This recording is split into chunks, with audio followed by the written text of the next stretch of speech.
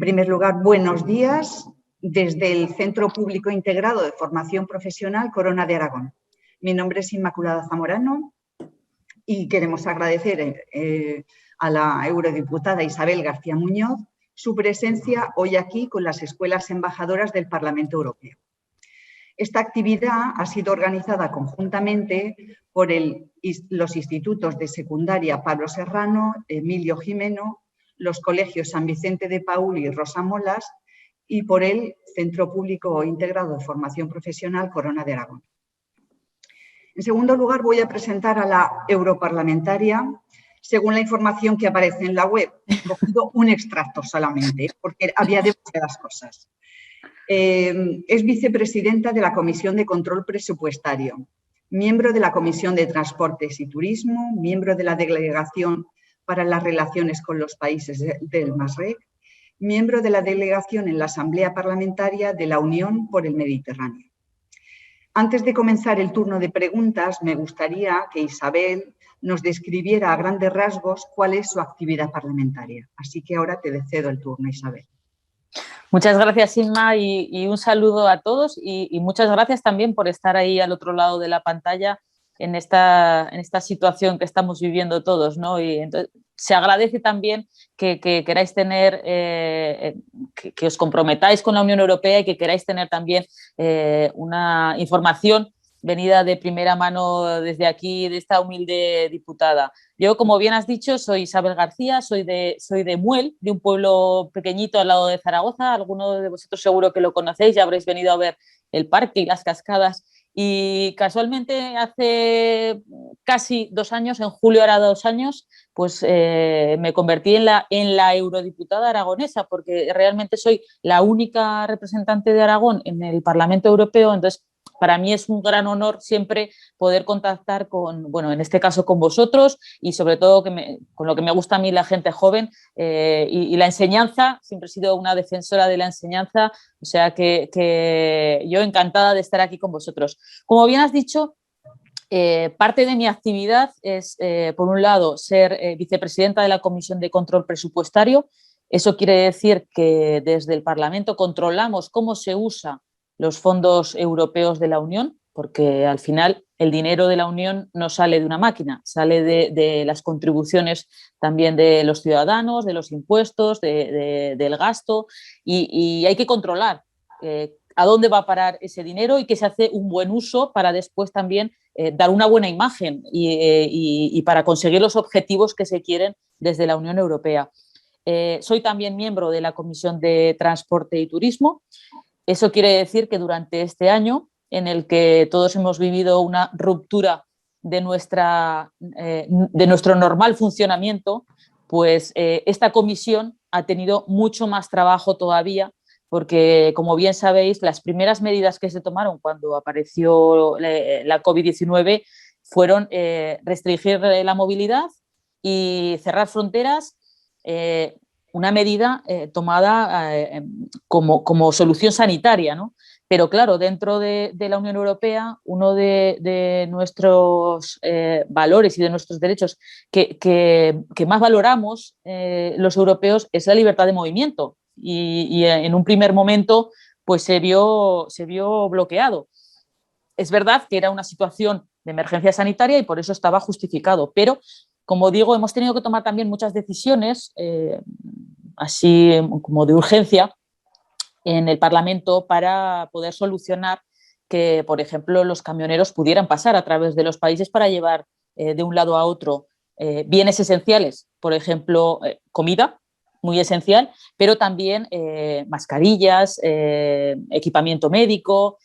Todo eso era importante que pudiese circular, entonces hubo que tomar medidas de urgencia. También con otros temas respecto a la aviación, que de repente dejaron de volar y entonces hubo que tomar unas decisiones para que no tuviesen que volar vacíos si querían mantener sus franjas horarias. Las compañías aéreas, yo voy a intentar explicaros cosas, si veis que me alargo mucho me paráis, pero las compañías aéreas mantienen unas franjas de una temporada a otra.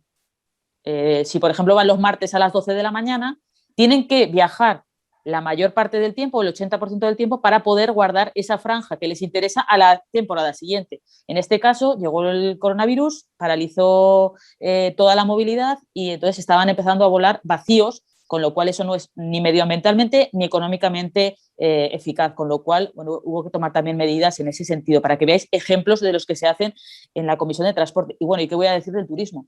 El turismo ha desaparecido este año, ha sido una catástrofe para todo el sector y desde aquí, desde el Parlamento, intentamos tomar medidas también para poder ayudarles y revitalizarles.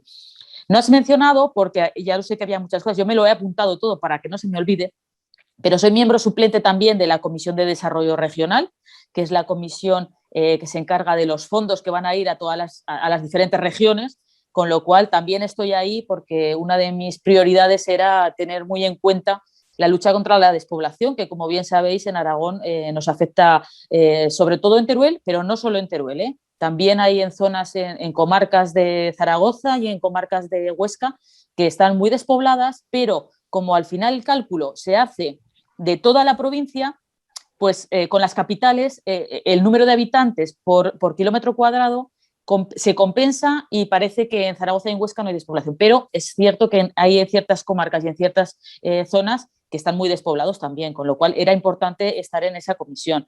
Y también como parte de un grupo del trabajo de turismo específico, pues también soy miembro.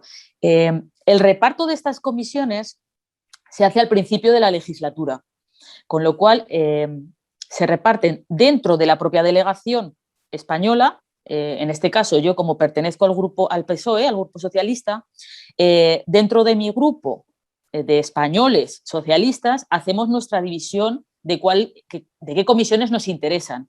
Entonces tienen que armar un puzzle con los intereses de todos para poder localizar a los que, o sea, las comisiones que pides. Yo tengo la suerte de que las 3 comisiones que había pedido estar fueron las 3 que se me concedieron, así que muy, muy contenta y con mucho trabajo, porque son las 3 con mucha carga. Transporte es de mucha carga legislativa, desarrollo regional también, y además incluye muchos diferentes fondos, con lo cual nos interesa estar ahí para saber lo que hay, para luego estar en colaboración con el Gobierno de Aragón y con las diputaciones y también con los ayuntamientos que me llaman, pues estamos muy, muy relacionados. Y luego la de control presupuestario era ya por un tema más bien personal. Yo soy ingeniera, me gustan mucho los números y estuve de diputada en las Cortes de Aragón y estaba en la comisión de presupuestos. Así que como esta comisión es una comisión que no todo el mundo le agrada mucho, pues me ofrecí voluntaria y bueno, luego me arrepiento un poco porque al final es más trabajo. Normalmente un diputado está en una comisión como titular y en una comisión como suplente. Y en este caso yo llevo 2 de titular y una de suplente, entonces bueno, es un poquito más de carga de trabajo, pero yo me he venido a vivir aquí a Bruselas, así que puedo aprovechar también más el tiempo porque no tengo que viajar todas las semanas. Hay otros compañeros que sí que viajan todas las semanas y entonces pues bueno, pasas mucho tiempo también en el avión. En cuanto a las delegaciones, la delegación en la que soy miembro titular es la de las relaciones con los países del Masriq, que son Egipto, Jordania, Líbano y Siria. Y lo que se intenta es promover los valores de la Unión Europea en estos países y reforzar las relaciones con ellos bueno, pues, para lanzar y para transmitir cuáles son los valores democráticos, para luchar juntos, ¿no? en la protección de los derechos humanos, incluso pues, poner en práctica recomendaciones del Parlamento dirigidas a mejorar los valores democráticos y todas estas cosas.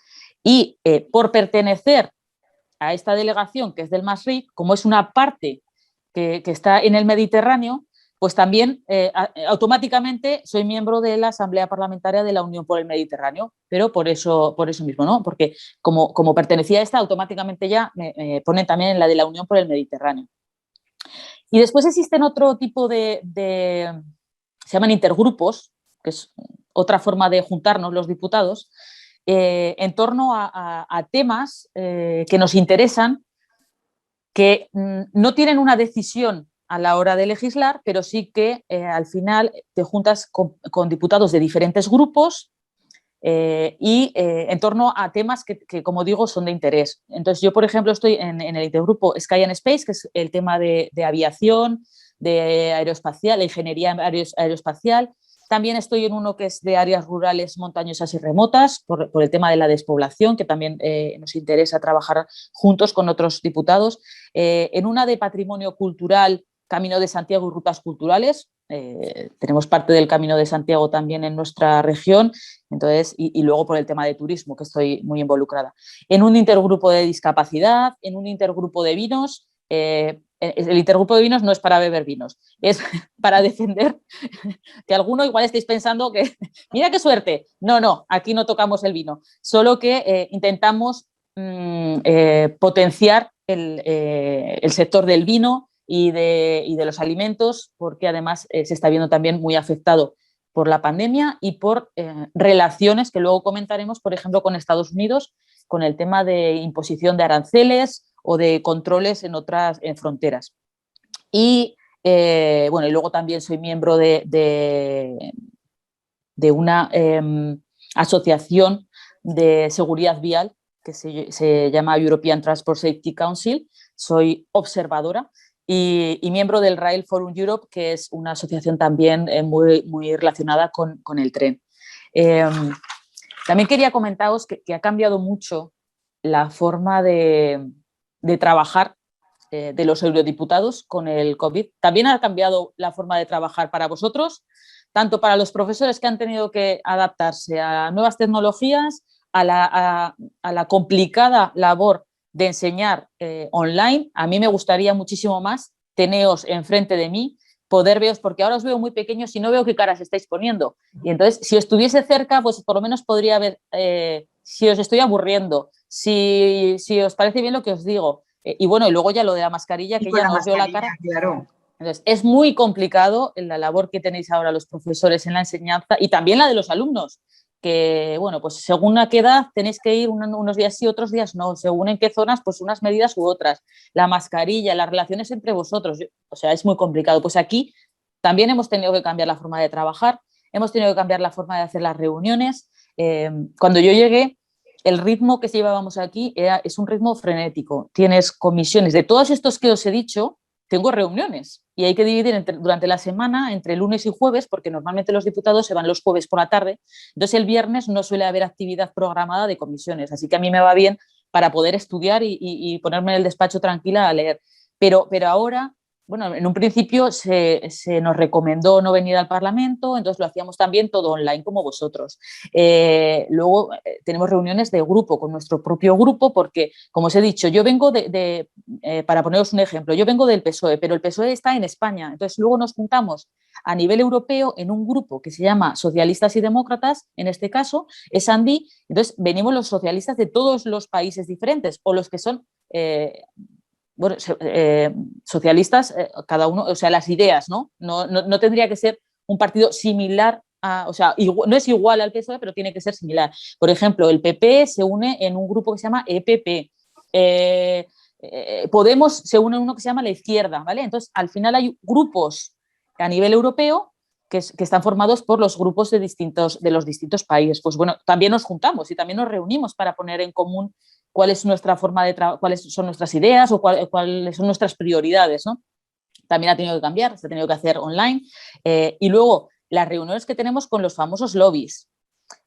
Un lobby es un grupo de interés que intenta ponerte en conocimiento de cuáles son sus necesidades, sus preocupaciones. Entonces, hay según qué lobbies que hacen una presión demasiado fuerte y entonces puedes sentirte casi intimidada por lo que te están pidiendo. En mi caso, tengo que decir que transporte y turismo, todas las diferentes patas, porque claro, es toda la movilidad, autobuses, aviación, carretera, transportistas, el tren, todos los diferentes son muy majos, todos los que se han puesto en contacto conmigo me ponen en conocimiento sus cosas, yo al final decido según lo que entiendo que está mejor o peor, pero no me siento presionada. Pero hay otros ámbitos que son un poco más duros. El tema de los plenos. Si sabéis, una semana al mes teníamos los plenos en Estrasburgo. y ahora los hemos dejado en Bruselas, porque es movilizar a 700 ahora diputados con sus asistentes, con su personal de grupo, con el personal del Parlamento, con los lobbies que también vienen allí porque saben que estamos allí. Bueno, 4.000 personas movilizándose de Bruselas a Estrasburgo una vez al mes durante una semana. Nos vamos el lunes y volvemos el jueves. Entonces, esto ha habido que cambiarlo porque con la restricción de movilidad no tenía ningún sentido que estuviésemos yéndonos de un país a otro país, sobre todo cuando había zonas rojas en una parte, zonas rojas en otra.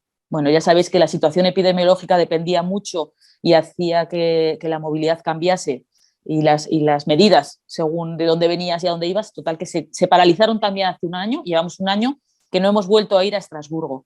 Ahora que con la vacunación y las perspectivas manteniendo siempre mascarillas y demás medidas que vamos a tener que seguir manteniendo todos, pero bueno, puede ser que a lo mejor para el verano ya podamos volver a ir a Estrasburgo porque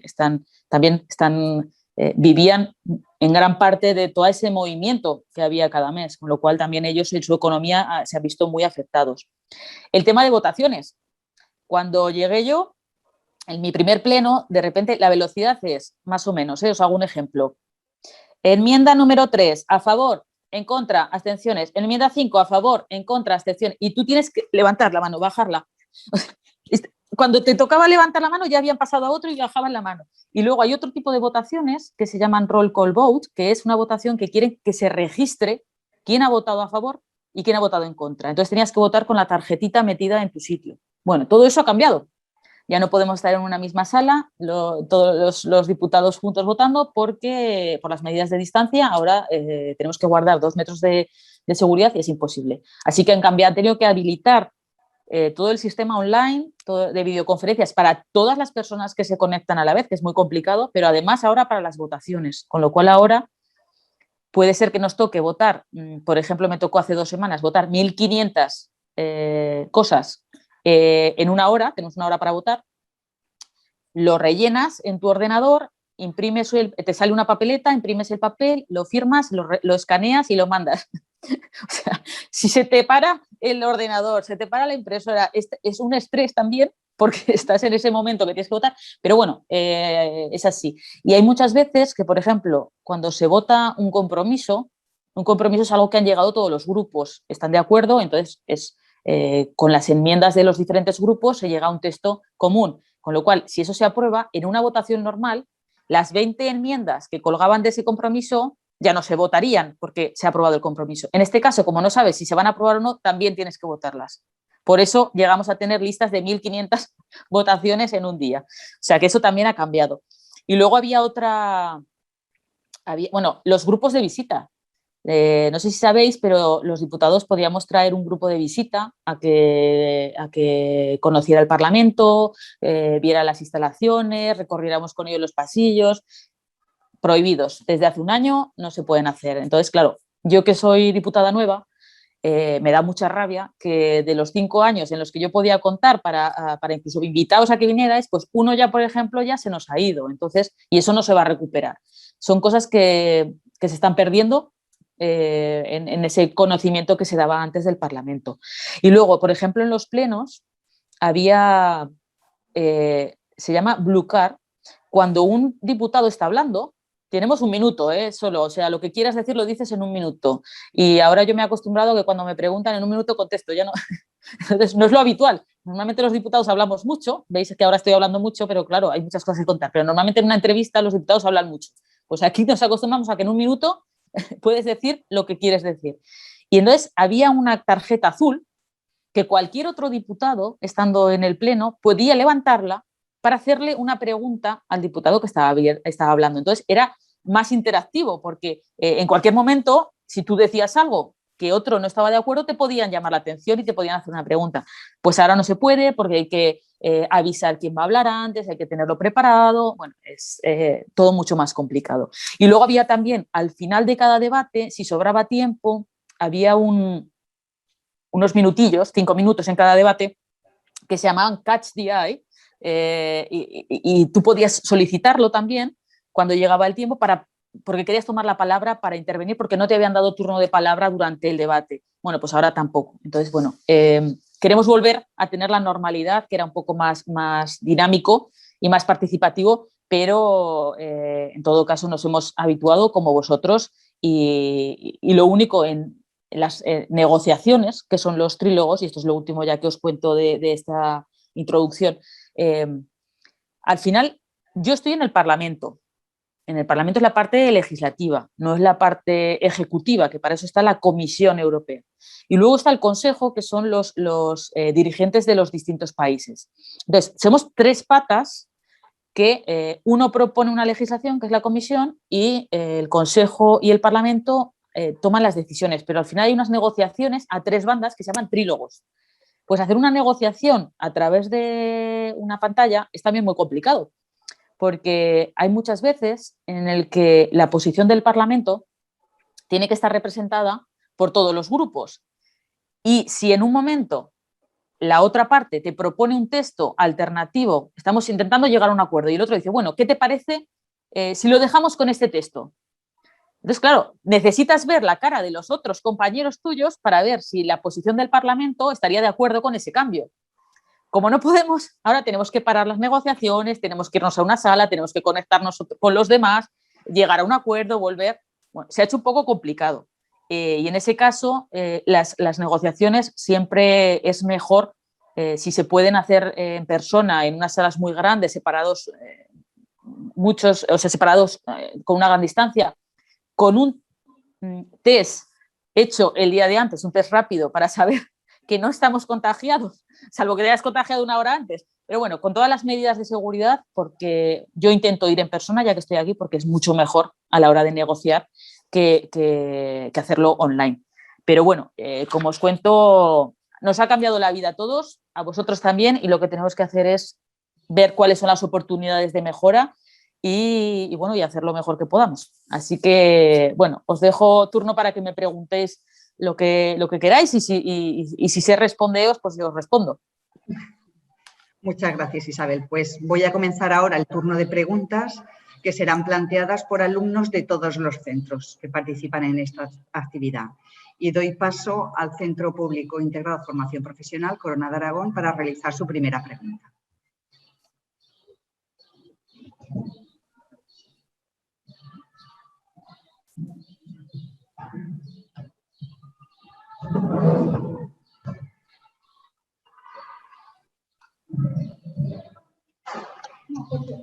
Aquí. Hola, buenos días. Hola. Tengo una preguntilla para usted, eurodiputada. Me podéis llamar Isabel, ¿eh? Me podéis decir Isabel, sin formalidades. Soy Isabel, tengo una pregunta para usted. Para ti. Sí, tengo una pregunta.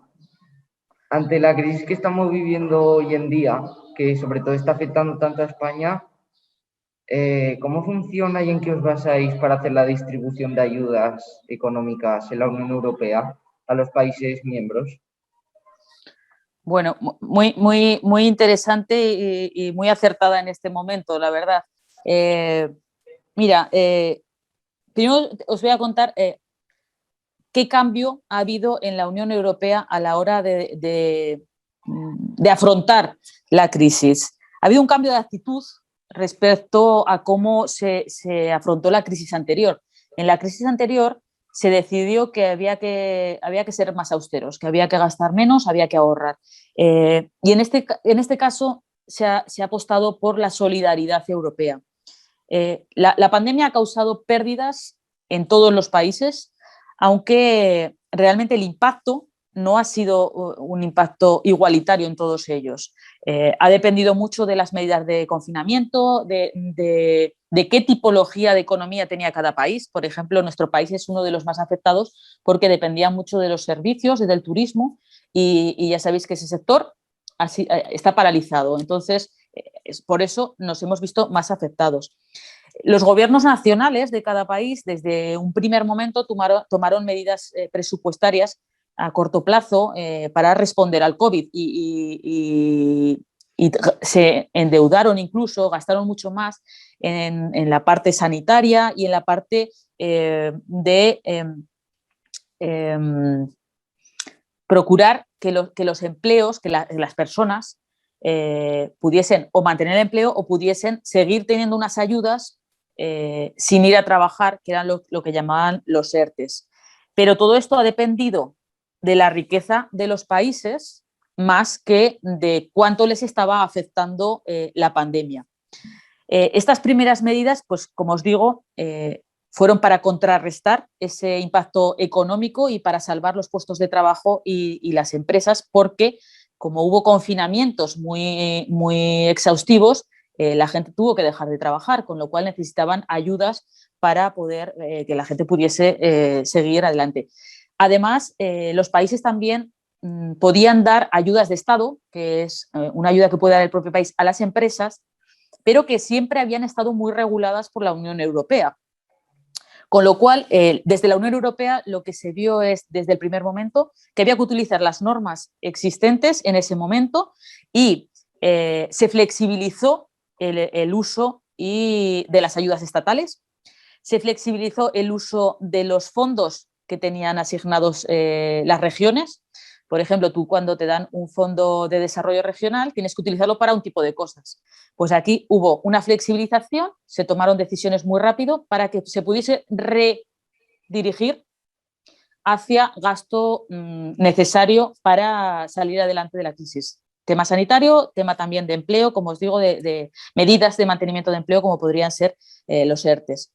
Luego, desde la Unión Europea, desde el Eurogrupo, se establecieron también una triple red de seguridad para ayudar a los gobiernos nacionales, a las empresas y a los empleados. Se puso dinero a disposición, pero claro, tenía que ser dinero que estuviese presupuestado. Entonces, como digo, al principio era más intentar dejar a los países que pudiesen usar el dinero en otros ámbitos que dar dinero. Pero viendo que esto se alargaba, se desarrollaron nuevos instrumentos, como es el Fondo de Recuperación, que habréis oído hablar de él.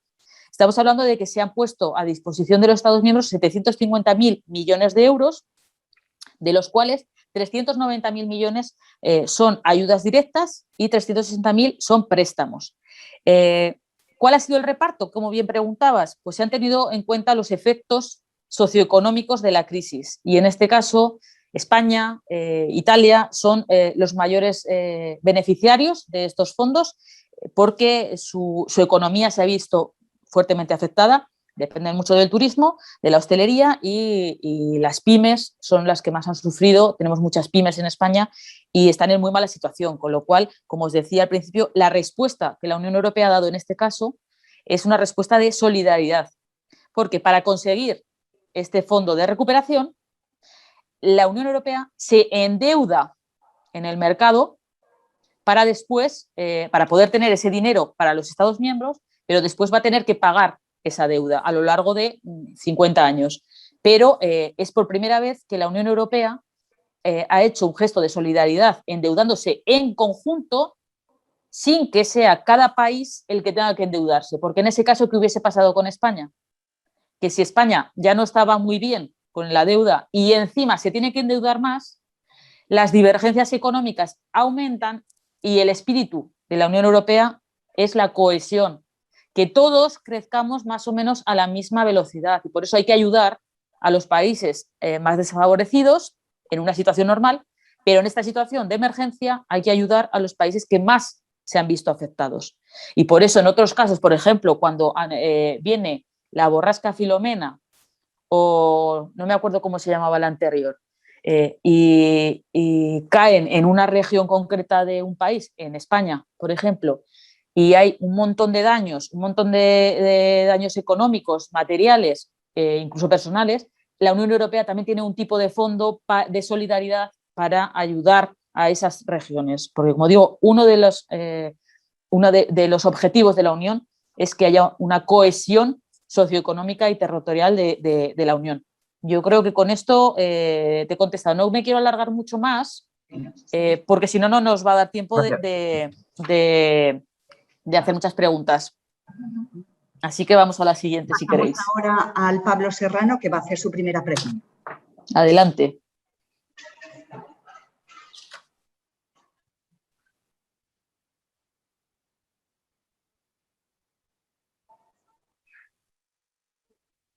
Venga, adelante, podéis preguntar. No sé si estáis preguntando, pero no os oigo. Yo no oigo nada, Pablo Serrano. El micro está abierto, pero no se os oye. Lo tenéis el micro abierto, podéis hablar.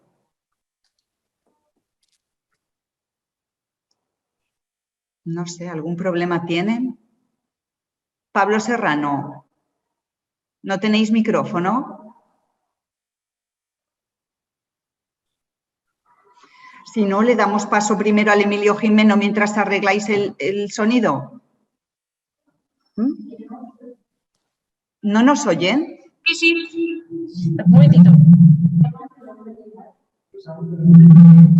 A ver. ¿Ahora mejor? ¿Ahora mejor? Ahora sí, pero no sé quién habla, pero ahora se oye. Ahora se oye. Sí, ahora os habéis silenciado, Pablo Serrano. Vale, ahora ¿podéis hablar los del Pablo Serrano? ¿Me oyes? Nosotros sí que te oímos. Venga, Pablo Serrano, venga, tercero B. A ver qué Tercero tal. B.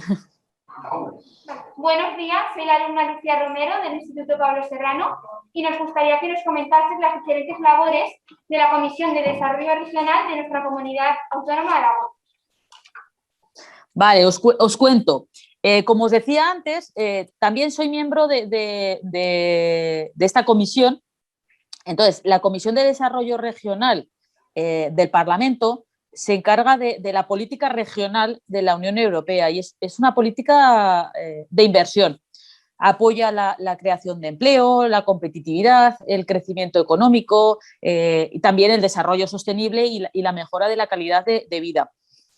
El grueso de la financiación, como os decía antes, se concentra en los países y las regiones menos desarrolladas para ayudarles a que alcancen el nivel del resto. Ya sabéis que hay unos países que están mucho más desarrollados que otros. Entonces, cuando se da dinero y se elabora la legislación de los fondos diferentes de esta comisión, se hace también pensando en que hay unos países que necesitan más ayuda, ¿vale?, que otros. Entonces, hay unas veces que unos países les toca poner dinero para que otros países pues, puedan aprovecharlo y desarrollarse.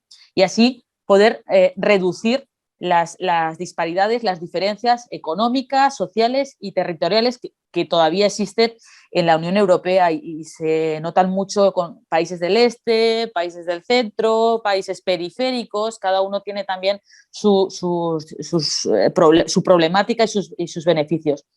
Los tres grandes fondos que trata esta comisión son el Fondo Europeo de Desarrollo Regional, el Fondo de Cohesión y el Fondo Social Europeo.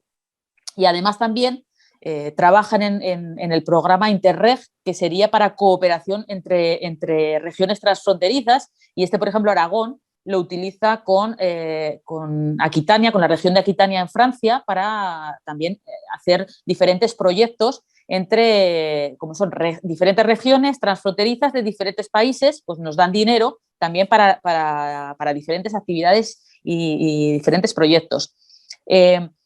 Esta legislatura, con la intención del nuevo Pacto Verde, que es la hoja de ruta de la Unión Europea, estamos muy convencidos en que hay que descarbonizar la mayor parte de los sectores y, por tanto, hay algunas zonas, algunas regiones, por ejemplo, Teruel, las cuencas mineras que dependían muchísimo de la minería del carbón.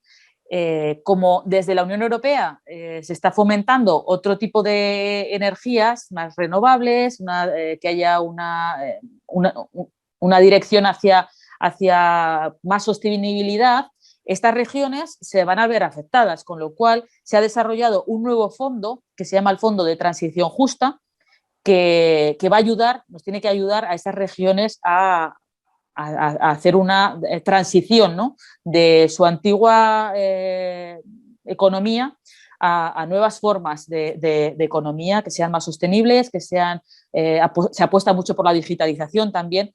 Y entonces, ahí lo que podemos hacer, en este caso, en el Fondo de Transición Justa, como sí que ha sido una legislación que ha aparecido esta legislatura, tuve la oportunidad de meter enmiendas que se llaman, al texto que propone la comisión, los parlamentarios podemos meter enmiendas, que quiere decir, yo cambiaría esta parte o yo añadiría esta parte. Bueno, pues ahí pude meter, por ejemplo, por estar en la Comisión de Desarrollo Regional, por eso es importante, pude meter que se incluyera el criterio de la despoblación a la hora de recibir fondos, porque puede haber una comarca o una zona que estaba muy dedicada al carbón, pero que sea muy rica, y entonces, y que tenga mucha población. Pero en este caso, en el nuestro, que es una zona que es despoblada, pues bueno, va a necesitar más ayuda. Entonces, conseguí incluir, y los diputados lo admitieron y por eso salieron en las negociaciones, que el criterio de la despoblación contara a la hora de recibir fondos. Y yo creo que esto es una oportunidad para la recuperación de las zonas rurales y va a ser, por supuesto, una oportunidad para diversificar la economía de los territorios y dar nuevas oportunidades empresariales que puedan hacer que la gente quiera quedarse a vivir y, por lo tanto, fije la población.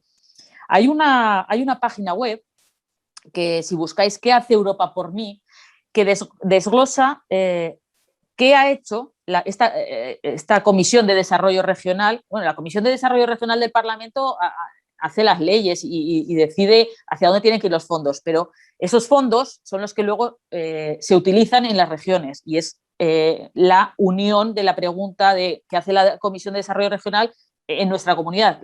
Lo que hacen es esos fondos que se han aprobado en la comisión, pues ahí podéis ver qué tipo de proyectos tiene nuestra comunidad respecto a estos fondos. Y, por ejemplo, el proyecto Conecta Aragón, que os sonará para llevar la banda ancha de gran capacidad a los pueblos que si tuviera que ir un operador telefónico no le compensa económicamente, pues bueno, al final, como necesitamos la digitalización, necesitamos la comunicación digital de todos, y más ahora que se ha visto con la pandemia, pues Europa pone un dinero también para que las comunidades puedan llevar la banda ancha a todos los pueblos. Tenéis programas de ayudas a la industria y la pyme. El programa de desarrollo rural 2014-2020, aquí los periodos presupuestarios son de 7 años, ha contado en Aragón con 467 millones de euros de la Unión Europea para hacer el desarrollo rural. La mayor parte va dedicado a la PAC, que es la Política Agraria Común para los agricultores y ganaderos. Pero también tenemos, por ejemplo, financiación desde estos fondos de desarrollo regional para la línea ferroviaria Pau-Canfranc-Zaragoza, que también, como os he dicho, es un paso transfronterizo que nos interesaría mucho porque desde Aragón llegarían, bueno, España vendría hacia Aragón porque es un paso muy directo por el medio hacia Francia y muy directo hacia todo el centro, con lo cual nos interesa mucho que se financie. Y luego, pues ya tenéis también, esto lo digo porque si queréis un día podéis entrar y mirarlo, tenéis lo que se hace en Zaragoza, lo que se hace en Huesca, lo que se hace en Teruel. Entonces os pueden decir, ahí os pone proyectos concretos que se hacen en cada uno de las provincias. Mobility for You, para proyectos de movilidad, no sé, infraestructura verde, proyecto rural, para revalorizar las áreas rurales. En Teruel también está el tema de la denominación de origen del jamón, del melocotón y del aceite del Bajo Aragón. O sea, temas de alimentarios también se financian con este tipo de fondos. Así que, como os digo, aunque no sea muy conocido, nos aprovechamos desde Aragón, sabemos utilizar bien los fondos y nos sirven mucho estos fondos de desarrollo regional para desarrollarnos un poquito más. Gracias por la pregunta. Pasamos ahora al Emilio Jiménez. Su primera pregunta. Hola. El Emilio Jiménez. Hola, ¿me escucháis?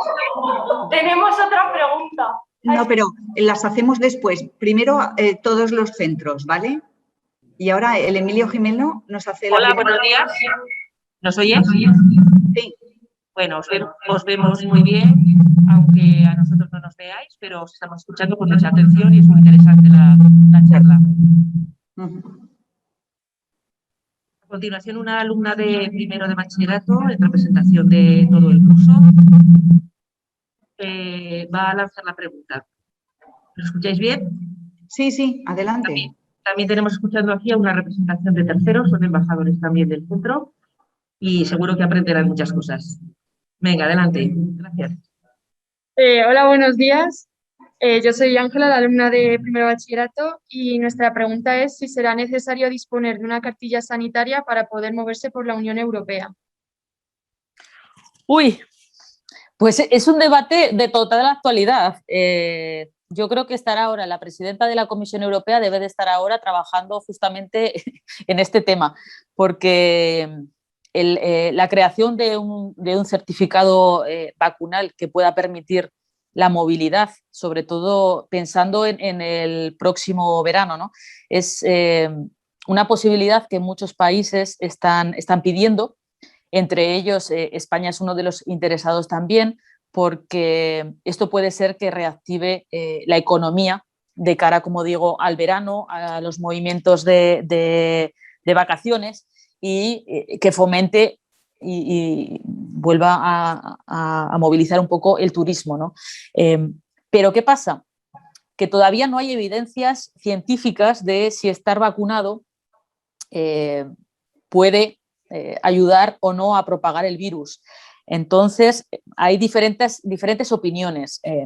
Vacunarse no quiere decir que no te puedas contagiar, quiere decir que probablemente no te vas a morir por el coronavirus, y que si lo coges va a ser más débil. Entonces, lo que no puede entenderse es que si tenemos una cartilla sanitaria, ¿no? Un certificado vacunal, ya vayas a poder saltarte todas las restricciones, eso no. O sea, aunque estés vacunado tienes que seguir con las medidas de seguridad, tienes que seguir con la mascarilla, pero sí que es cierto que hay algunos países, como creo que en Estados Unidos, que permiten ya reunirse en interiores a personas que hayan sido vacunadas para estar sin mascarilla. Entonces, esto es un poco problemático porque además esta cartilla, este certificado vacunal o cartilla sanitaria, hay muchas opciones, ¿no? Hay muchas versiones, pero también están diciendo que si has pasado ya el COVID puedas tener también ese certificado.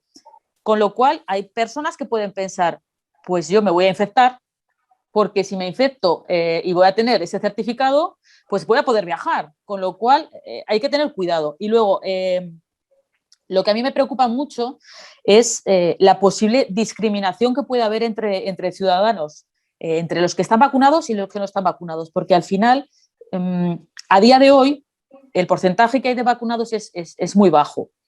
Y no estamos no vacunados porque no hayamos querido no vacunarnos, es porque todavía no nos ha tocado, todavía no ha habido disponibilidad de las vacunas suficientes. Con lo cual, puede ser que haya unos privilegios para unos que sí que lo están y no los tengan otras personas que no han podido vacunarse, y ya no hablamos de los países más desfavorecidos que ni siquiera les están llegando las vacunas, con lo cual todavía van a estar más discriminados con esta opción, ¿no? de la cartilla sanitaria. Yo creo que se va a hacer algo, pero la Comisión Europea está estudiándolo y yo creo que nos va a proponer en breves algún texto legislativo o recomendaciones, pero también existe el problema de la homogeneización, porque hay compañías aéreas que ya tienen algún tipo de aplicación en la que tú puedes meter que has pasado un test negativo. Entonces, lo que no puede ser es que si vas a viajar, te montas en un avión de una compañía, necesitas una app de una manera, bajas y vas a otro sitio y te piden otra, y en otro sitio el certificado, y cuando vas a cruzar la frontera no te funcione. Entonces, todo eso lleva un trabajo, pero se está trabajando. Entonces, es probable que esto en un futuro estará, la cartilla sanitaria, pero al principio habrá que ver cómo compatibilizar el que no haya podido vacunarse, tampoco se le restrinja el movimiento. Pues me imagino que con un PCR antes, como yo cuando viajo a España me tengo que hacer un PCR antes, pues entonces sí que se está preparando una propuesta y tendrá que ser interoperable en diferentes aplicaciones y homogénea para los diferentes países, y con esto igual sí que se facilitan los movimientos y se puede movilizar un poco más el turismo de cara al verano. Pronto nos dirá algo la comisión. Estar atentas a las noticias. Pasamos ahora a San Vicente de Paúl. Yo creo que a lo mejor la primera pregunta de San Vicente de Paúl, más o menos casi ya la ha contestado. Podríamos San Vicente de Paúl. San Vicente de Paúl, ¿me oís? Hola, buenos días. Lo primero que queríamos hacer es agradeceros, sobre todo Isabel, vuestra labor, que aunque no podamos estar ahí, estaríamos encantados de poder estar con vosotros. Pues estamos muy agradecidos de estas jornadas y sobre todo la difusión que hacéis de los valores de la Unión Europea a los chavales. Somos un grupo de alumnos de la ESO, clase de francés del Colegio San Vicente de Paúl. Y vamos a proceder con la primera pregunta. Me llamo Pilar y mi pregunta es la siguiente. ¿Qué tipo de oportunidades cree que se abren a la mujer trabajadora en el marco de la reconstrucción de la España despoblada? Bueno, el Parlamento siempre ha tomado un papel muy activo en la igualdad de género y desde aquí siempre pedimos que haya medidas concretas para la mujer en las áreas rurales y que los fondos, los programas de los fondos europeos que aquí legislamos, que incluyan un aspecto de género, como se ha hecho actualmente en la política agraria y rural. La mujer forma parte, juega un papel muy importante en preservar las áreas rurales, en fijar población, y es muy preocupante la brecha que hay en el mundo rural, también en otros ámbitos, pero en el mundo rural, y la diferencia de oportunidades que existen para las mujeres, sobre todo en el acceso a formación. Y además es que las mujeres son capaces además de actividades agrícolas, en el entorno rural me refiero, muchas veces son promotoras también de productos artesanos, pero muchas veces se les considera como la mujer de. El dueño suele ser el hombre, el dueño de la explotación, y las mujeres suelen ir a trabajar, en la mayor parte de las veces sin cobrar, o con sueldos muy bajos, con contratos muy precarios, con contratos parciales. Tienen, por tanto, un mayor riesgo de pobreza y exclusión social, y cuando ya son mayores o no tienen pensiones o son muy bajas, con lo cual esto hay que afrontarlo de alguna manera. Con todo lo que hemos visto de la pandemia, estamos viendo que el teletrabajo es una opción muy interesante en muchos ámbitos, pero sobre todo para revitalizar las zonas rurales. El teletrabajo unido con el turismo rural, que también estamos viendo que se está potenciando, porque la gente quiere ir más ahora a un turismo más cercano, más sostenible, más relacionado con el medio ambiente. Y todo esto puede beneficiar a las mujeres, pero necesitamos también que haya formación, ¿no? Que haya formación en temas digitales, por ejemplo, y que haya incluso, y para lo cual es necesario que exista la banda ancha, por eso lo que decíamos antes, ¿no? Del Conect Aragón, que se está utilizando en Aragón, pero si al final te vas a una zona rural y no tienes una conexión, ni siquiera bueno, ya solo para relacionarte con tus familiares, ¿no? Pero también para desarrollar algún tipo de trabajo. Entonces, aparte de la parte agrícola, lo que se está haciendo es, ya que se considera a la mujer como promotora de una agricultura familiar, de una agricultura más ecológica, más sostenible, se quiere empoderar a las mujeres para que puedan llegar a puestos de decisión también en el mundo agrícola, pero también incluirlas en actividades más innovadoras, para lo cual, como os digo, hace falta formación.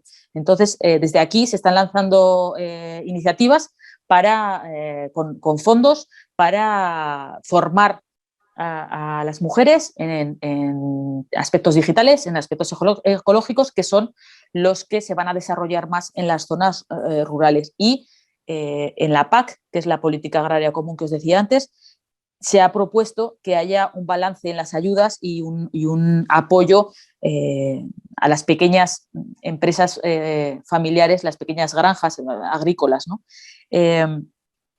Hay que aumentar los conocimientos empresariales también. Sabéis que hay en muchas zonas rurales en las que las mujeres tienen iniciativa de montarse un negocio, un pequeño negocio con pues, productos tradicionales o cualquier tipo de servicios o dirigidos al turismo sostenible. Bueno, pues todo esto desde aquí se está pidiendo que haya oportunidades de financiación para que las mujeres puedan desarrollarse.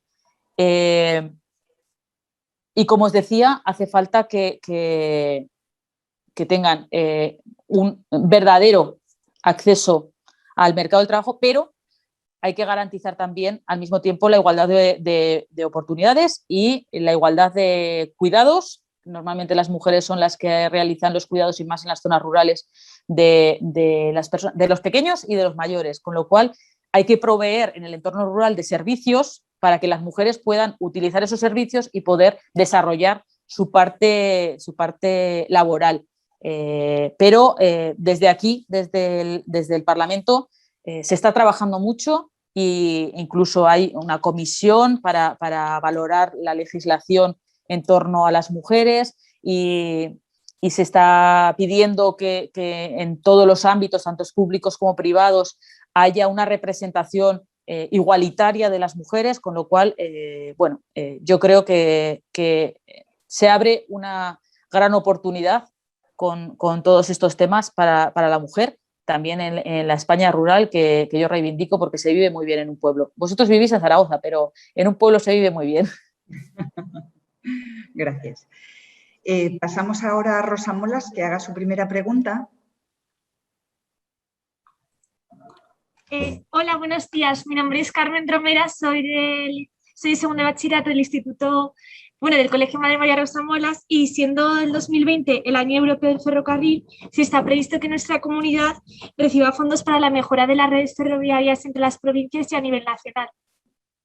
Pues me alegra mucho esta pregunta, que es de mi comisión ahí sobre todo, y además hemos estado trabajando mucho por este Año Europeo del Ferrocarril. Mira, hemos declarado este año 2021 como el Año Europeo del Ferrocarril para intentar fomentar el uso del ferrocarril como medio de transporte clave para una movilidad más sostenible. Es mucho más ecológico el ferrocarril que el uso de coches. Es verdad que muchas veces no podemos ir al ferrocarril porque no llega a todas las partes, con lo cual lo que queremos es que promover el uso como medio sostenible y seguro, imprescindible en la transición ecológica que, como os decía antes, viene acompañada de ese pacto verde que es la hoja de ruta de esta nueva legislatura y de esta nueva Comisión Europea. Y además el papel del ferrocarril como elemento vertebrador y como elemento clave para la cohesión socioeconómica de la Unión y para conectar territorialmente toda la Unión, incluidas las zonas rurales y remotas, porque no hay que olvidarse que tenemos también en España y unas zonas muy alejadas de lo que es el centro de Europa. Con lo cual, se quieren hacer diferentes tipos de actividades de promoción y va a haber 8 millones de euros de financiación para este tipo de actividades, pero sobre todo son de promoción, ¿vale? Son de promoción del uso del ferrocarril. Se quiere apoyar la creación de un espacio ferroviario europeo único. Si tenemos, y esto lo conecto con lo que me preguntabas de financiación para nuestras provincias. Hay un instrumento financiero que está dedicado sobre todo a la construcción de la infraestructura de ferrocarril, que se llama Mecanismo Conectar Europa.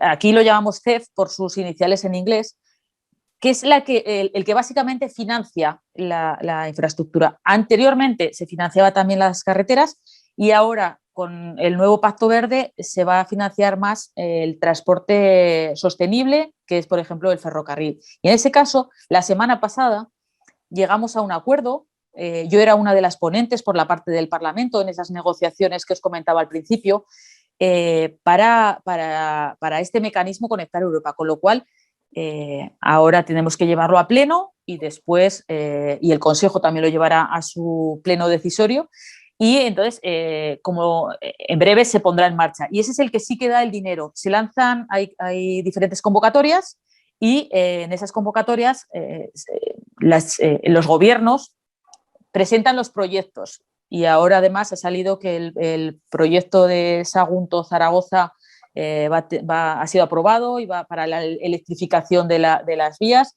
con lo cual estamos muy contentos de que haya salido este nuevo CEF porque es para los próximos años. Cada 7 años vamos acordando. Entonces, este es para el 2021 al 2027.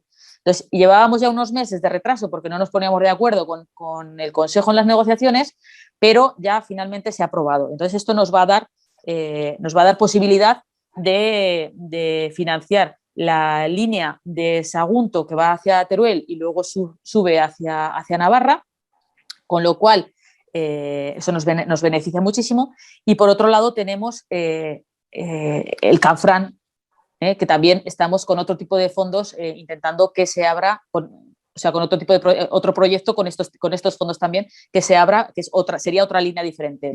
Desde Zaragoza a Sagunto sería dentro del corredor cantábrico mediterráneo. Con lo cual, nosotros, aprovechando que se ha declarado el Año Europeo de Ferrocarril, en todos los debates metemos la importancia que tiene el financiar el ferrocarril y por eso pedimos más apoyo porque al final el desarrollo del ferrocarril va a ser desarrollo de toda la región, económicamente, socioeconómicamente, social y también medioambiental. Sobre todo en la parte de mercancías, porque si tenemos unas vías adecuadas para que el tren llegue a una velocidad adecuada, y tanto las personas como las mercancías van a utilizarlo. Por lo tanto, es muy importante desarrollar las infraestructuras para que la gente quiera viajar en tren. Entonces, por eso está muy relacionado. Así que esperemos que esto sí que nos ayude y nos dé un empujón para terminar las redes y consigamos poder ir desde un pueblo de Teruel a cualquier ciudad de Europa. Muy bien.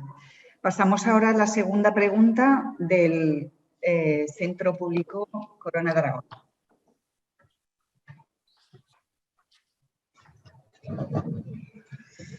Hola, buenas. Hola. Bueno, soy Carlos Alejandre y bueno, a mí me gustaría saber cuál es el margen de actuación de los partidos políticos, digamos lo que es el reparto presupuestario. Vale, a ver, el procedimiento. La Comisión Europea presenta una propuesta de cuáles van a ser los presupuestos para los próximos 7 años. En este caso se llama Marco Financiero Plurianual, 2021 a 2027. Este año ha venido añadido a los fondos de recuperación, que eran esos 750.000 millones que os he dicho al principio. Con lo cual, en algunos ámbitos, la Comisión, como vio que había fondos dentro de los fondos de recuperación destinados a algunas partidas, en el marco financiero plurianual, que sería el presupuesto para los próximos 7 años de la Unión Europea en una situación normal, vimos que habían disminuido esas partidas, ¿no? Unas partidas que eran muy importantes para el Parlamento y sobre todo para nuestro grupo. Con lo cual, a esa propuesta que hace la Comisión, cuando llega al Parlamento, los grupos políticos establecen sus prioridades y sus prioridades en cada comisión. Por ejemplo, en mi comisión de transporte, nuestra prioridad es financiar las infraestructuras que sean sostenibles, financiar la movilidad sostenible, también que haya una parte dedicada al turismo y que las inversiones puedan utilizarse para conseguir una mayor cohesión. Bueno, pues todas esas prioridades se trasladan en números en cada partida presupuestaria de las que ha propuesto la Comisión. Entonces, cada comisión se lo pasa a la Comisión de Presupuestos. En cada una de estas comisiones os recuerdo que están representados todos los grupos. Y al final hay que ponerse de acuerdo. Entonces, esta casa es la casa del acuerdo, porque todo se tiene que votar y al final va a salir lo que la mayoría quiere. Entonces, la posición que sale del Parlamento es la posición que, con las prioridades que han querido los grupos, con lo cual influye bastante qué grupos son mayoritarios, porque votan más y porque van a imponer más sus prioridades, ¿no? Entonces, la posición del Parlamento es la que se lleva a esos trílogos que os decía antes de negociación con el Consejo. Parlamento y Consejo aprueban sus posiciones y en el trílogo tienen que llegar a una negociación. Muchas veces, de la posición que salía aprobada de aquí, hay que rebajar porque la otra parte no quiere llegar hasta esa cantidad, por ejemplo. Entonces, no es un reparto nacional el que se hace, es un reparto a nivel europeo, sobre todo de prioridades de programas. Como os decía, este año, como iba unido al otro fondo, se habían reducido algunas partidas y hemos conseguido que por primera vez en la historia se le cambie el marco financiero plurianual del Consejo y se aumenten 16.000 millones para programas que eran muy importantes para nosotros. Por ejemplo, EU for Health, que es para un programa para una unión sanitaria, el programa de Erasmus, el programa de Horizonte Europa, que es de investigación, Europa Creativa para el sector cultural, también partidas de cooperación al desarrollo, de ayuda humanitaria y también de gestión de las fronteras, para seguridad de las fronteras y también para el apoyo que se hace humanitario a las personas que llegan pues a través del mar, por ejemplo. La ponente en este caso era una compañera mía, Eider, y nos decía que había conseguido que el marco fuese más ambicioso y más progresista, pero sobre todo que estuviese más pensado y enfocado en los ciudadanos. Así que, además de esa parte verde y digital que ya nos marca la Comisión, pues nosotros siempre hemos defendido que cualquier transición se tiene que hacer de una manera justa y sin dejar a nadie atrás. Así que tenemos posibilidad de cambiar y de modificar ese presupuesto que se hace de partida de la Comisión y siempre desde el Parlamento pensando en los ciudadanos, más que a nivel nacional, que puede pensar en el Consejo, como están representados los países, cada uno defiende un poco más su país, su posición, pero aquí pensamos en el ciudadano europeo. Así que sí que tenemos margen a través de las enmiendas, que se llaman. Vale. Gracias.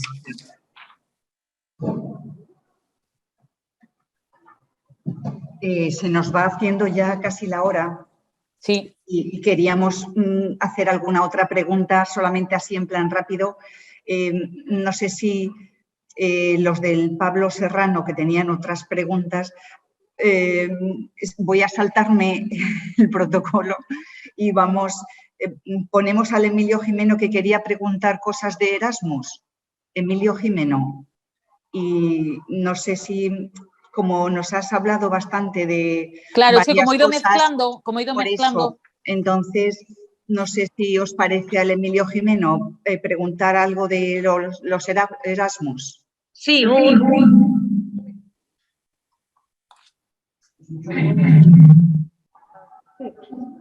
oís? Sí, os oímos. Un poco de eco, pero se oye bien, sí.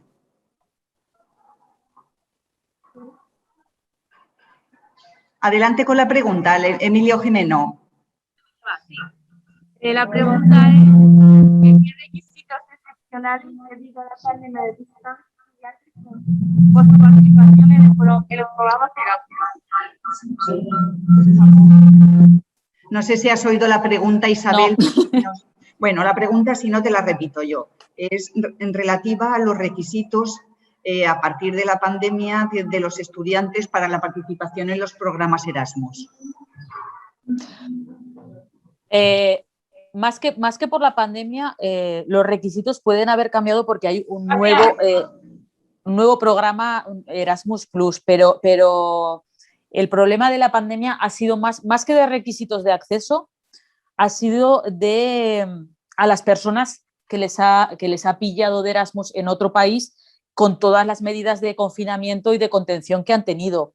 En principio, la legislación, el marco regulatorio que marca el Erasmus se establece desde aquí, desde Europa, pero luego son las agencias nacionales y las universidades con las que los alumnos hablan y tratan cualquier tipo de problema que hayan ido llevando. Realmente el Erasmus es un programa muy valorado en la Unión Europea, por eso desde el Parlamento se ha intentado subir también su presupuesto, porque al final os permite conocer mejor Europa y abre la mente, ¿no? El viajar y ver otros países, y por eso no es casualidad que el Reino Unido, cuando se ha querido salir de la Unión Europea, lo primero que ha dicho es que se iban del programa Erasmus, porque no le interesa que sus personas jóvenes se vayan a Europa y vean cuáles son todos los beneficios que tiene la Unión Europea y vean que estar dentro es mucho mejor que estar fuera. Entonces no les interesa, así que por una parte ellos ya han eliminado. Entonces es un problema porque desde España iba mucha gente al Reino Unido de Erasmus, pero bueno, pues ahora habrá que distribuirse por otro. En principio, como os digo, los problemas fueron más, cuando llegó la pandemia, fueron más de la situación personal de cada uno, que sí que es verdad que incluso creo que se les ha hecho hasta una encuesta para ver cómo han estado mientras estaban de Erasmus, y el objetivo de la comisión era dar protección a todos los participantes y siempre tenían que respetar las medidas de contención a nivel nacional y la mayor parte de los estudiantes comentan que se han visto muy apoyados por sus universidades en temas sanitarios, pero sí que es verdad que el tema del transporte y la movilidad no había sido tanta la ayuda, pero es que realmente el problema fue a nivel global. Todo el mundo tuvimos problemas con los transportes y con la movilidad, pero es cierto que lo bueno era que la parte sanitaria estuviera cubierta por las universidades. Hay un programa nuevo, Erasmus, que va a contar con más de 26.000 millones de euros y se ha conseguido que sea un programa más inclusivo e innovador, también más digital, más ecológico, enfocado realmente a las decisiones, a los objetivos que se marca la Unión Europea. Y entonces ofrece nuevas oportunidades en formar en aptitudes ecológicas y digitales que van a ser el futuro, ¿no? para una mayor adaptación a las necesidades del nuevo mercado laboral que va a haber. Y en este programa Erasmus nuevo se incluye también a las personas que están en enseñanzas de adultos y también creo que se han simplificado los procedimientos, se pueden hacer todo online para hacerlo más fácil y para que no se use papeles. Pero os animo a todos a que si tenéis la oportunidad os vayáis de Erasmus, que abre mucho la mente y ver otros países y cómo se funciona es muy bueno para todos.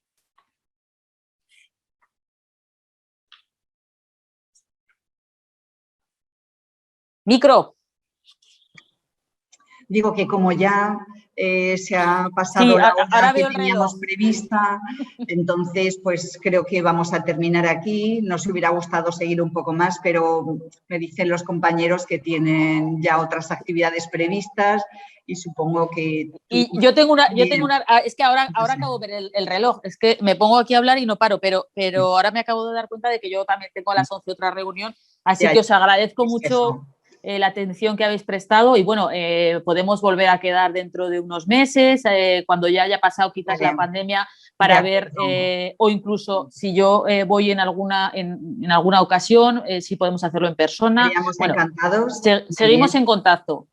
O sea que muchas gracias. Y espero que la actividad haya sido fructífera para todos. Eso espero que os haya resuelto alguna duda. ¿Quiere decir algo el director del centro? Hola Isabel. Hola. Bueno, yo simplemente voy a añadir una cosa. Primero, darte mucho las gracias por haber participado en esta actividad y colaborar con todos los centros que somos embajadores aquí en Zaragoza, bueno, en Aragón, de la Unión Europea, del Parlamento de la Unión Europea. Y por otro lado, si acaso añadir algo más a tu currículum, que no está seguramente en las redes y que pertenece a una época en la cual tú eras investigadora. Y trabajaba contigo. Tu voz te delata, aunque vayas casi tapado. ¿Qué tal? Sí, yo antes tenía una vida de investigación diferente a esta. Y además con unos resultados excelentes de la mano de un gran investigador que fue Javier Marín, que nos llevó, que llevó durante un tiempo y después, pues bueno, pues tú inauguraste ese I3A. Ahí estuvimos. Por eso eso yo encantada de estar siempre relacionada, ya lo sabes, con vosotros y bueno, que quedaremos en otra ocasión también y ojalá podamos hacerlo en persona y así pues recordamos también nuestros viejos tiempos. Esperamos de alguna manera poder organizar algún viaje hasta el Parlamento Europeo. Eso espero. Centro y a ver cómo podemos hacer. Vale, muy bien. Bueno, un saludo a todos y muchas gracias por haber estado ahí tan atentos, ¿eh? Muchas gracias a ti. Gracias a ti. Gracias, hasta pronto. Gracias. Adiós. Adiós. Bye, bye.